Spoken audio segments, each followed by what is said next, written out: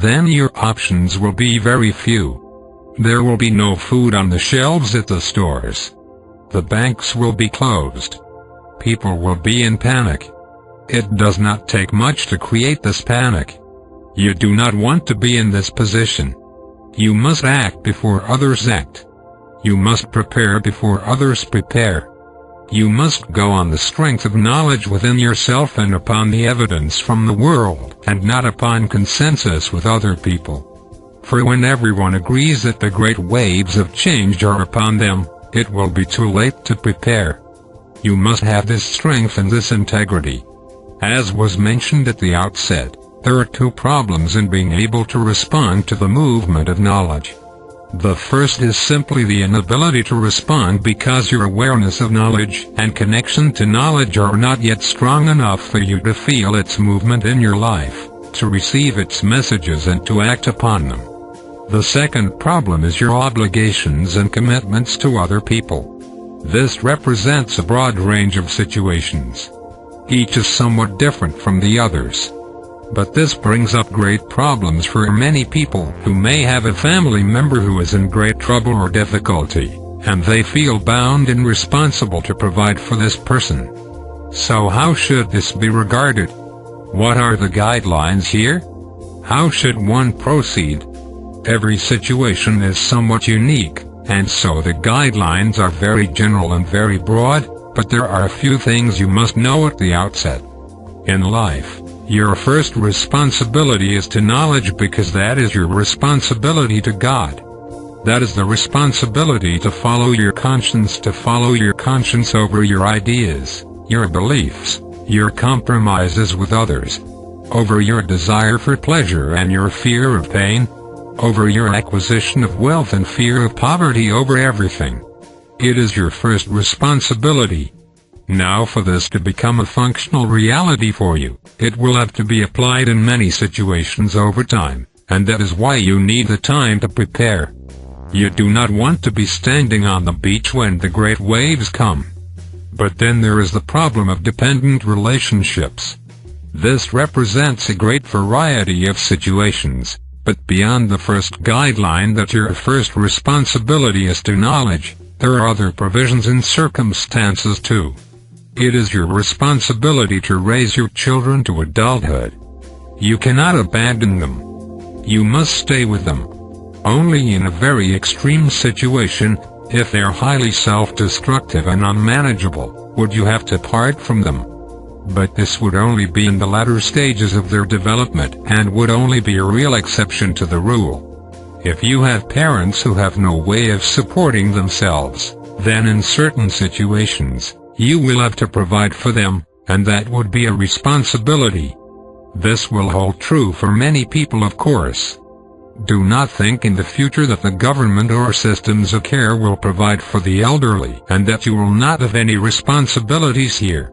Many people will have to face this, and this will have to be part of their preparations.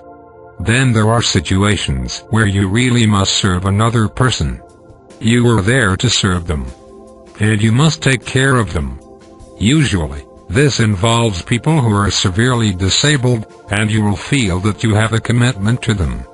And though it will be difficult and at times extremely trying, you will know that you must stay with them. It will be clear. Yet in many other cases, the situation is different. If you are in relationship with someone who will not prepare for the great waves of change, or who demeans you in your attempt to do so, you may well have to leave them, and leave them quickly, for they are standing in your way. They are holding you back. They are undermining your progress. They are demeaning you in your relationship with knowledge. Here you will have to cut the cord, letting people go not with hostility, but with the certainty that you cannot move forward together. If you have a spouse or a serious relationship with someone who is mentally disturbed or who is dysfunctional in any way, whether you stay with them or not will be up to knowledge. But you must be prepared to leave them if that becomes necessary to protect yourself, to protect your children, or to protect your aging parents, whatever your responsibilities require. It is inappropriate for you to be dragged down by someone who will not or cannot move forward in life. For many people, this represents their first great threshold because it is such a tremendous impediment, and it is holding up their lives already and has been for perhaps a very long time, so they run into this problem immediately in becoming a student of knowledge. There is this person in my life that I am bound to, but we are not united. We are not together. And we have established a kind of dependency on one another that is unhealthy. You must in most cases break free of these situations. Only if knowledge, the deeper truth within you, makes exception to this should you make exception to this. You cannot move forward if you are held back by others. You cannot get up the mountain if you are staying behind for others, enabling them, supporting them, trying to convince them, persuade them, teach them or change them. You have to break the cord. Life requires it. Knowledge requires it. You know it is true. And it will give you greater strength, it will build your integrity, and it will return self-confidence to you in taking these actions, even if they are very difficult. If others are destined to fail and are committed to this, you must let them fail. You cannot hold them up. You must let them follow their pathway in life. You are not responsible for them. Only if they represent your children or your aged parents is there an exception to this. But even here, sometimes exceptions have to be made in extreme situations. If your first responsibility is to knowledge, then you are free. But freedom must be earned. Freedom must be won. You must overcome the other tendencies in your mind: guilt, obligation, condemnation from others, the need for approval, the need for financial security, the need for social recognition. These now must be overcome as if you were fighting a battle against enemy forces. They must be overcome within yourself. You cannot have everything. You cannot stay where you are and move forward. You cannot win others' approval and follow knowledge within yourself. You may praise God. You may worship God. You may fall down on your knees. You may prostrate yourself at the temple. But if you do not carry out what God has given you to do, then you are not honoring God. You are not valuing God. And you are not fulfilling what God has sent you here to do, which in most cases will be very different from your ideas about your life and your notions of fulfillment and happiness. You must accept that you do not know your greater purpose and give up all attempts at guessing what it might be. It is better to have an open mind and move forward than to entertain great conclusions. The real question in preparing for the great waves is whether you can see them, hear them and feel them, and whether you can take the many steps that the preparation may require. Nothing else matters: your political viewpoint, your social standing, your evaluation of yourself, your interests, your hobbies, your friends, your associations, your talents, your skills. If you cannot see, know and respond, none of these things will help you now. You are entering into greatly uncertain times. Things will be changing increasingly, and sometimes in very unpredictable ways.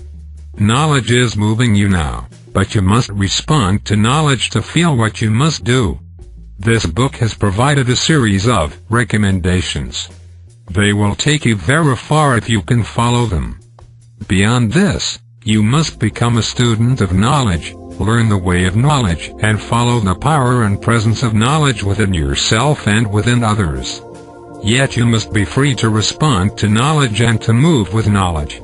No idea, no belief, no commitment to others, and no other obligation should stand in the way of this. Perhaps you will think you are being selfish and self-centered, and other people may accuse you of being selfish and self-centered. But if your actions are true, then you are really serving God. You are carrying out the directions that God is providing for you, and you are doing it in such a way that you are not compromising it to meet the needs, expectations or approval of others. Here your freedom to follow the movement of knowledge would be hard-won. Do not think it will be easy, or you will underestimate the opposition, and you will overestimate your promise of success. God has given you the power and presence of knowledge. You may ask God for miracles. You may ask God to save you on your sinking ship. You may pray for all number of things. But if you cannot respond to what God has given you, then really your prayers and your invocations are dishonest. They are born of ignorance, arrogance and foolishness. God will not punish you, but you will place yourself in harm's way, and you will face an ever-diminishing set of options and opportunities. It is to counsel you, to warn you, to encourage you and to prepare you. That is the purpose of the new message. What it is preparing you for is something that is very different from what you have experienced before, and on a greater scale, on a scale that is so great you can hardly imagine.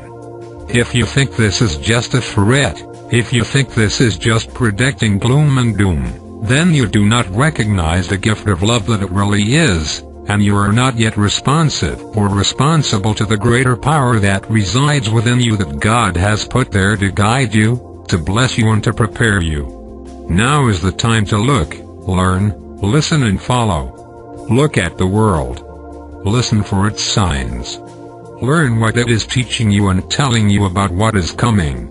Begin to prepare your life, to simplify your life, to unburden your life. Everyone can do that right now. Simplify your life. That which is unnecessary, the possessions, the obligations, the ownership, even the relationships that are not essential to you, is only taking energy from you, robbing you of your incentive, distracting you, filling up your time, keeping your eyes off of the world and off your circumstances. You will not see the warning signs before difficult and dangerous things occur if your mind is obsessed with all other things. So at the very outset, there must be simplification and clarification. Your relationship with anything, person or place that is not essential or that is counterproductive will rob you of vision, energy, purpose and meaning. You can begin with your possessions, and then you will have to review your relationships, your activities and your obligations. Free up your time. Free up your energy to begin to prepare for the great waves of change, for they will require tremendous focus and courage from you. So many people are living where they should not live and engaged in what they should not be engaged in. The wealthy are wasting their time and their lives in meaningless pursuits and acquisitions, wasting the great resources that they have that could be of service to the world and to others, giving themselves to their addictions, indulgences and pleasures at the cost of the focus and the meaning of their lives. In many ways, they are more pathetic than the poorer people, for they show the real waste and insolence that humanity has generated for itself in its destruction of the world, in its destruction of its resources, and in its exhaustion of its natural inheritance. You must begin with a deep evaluation, and this evaluation will cover everything in your life.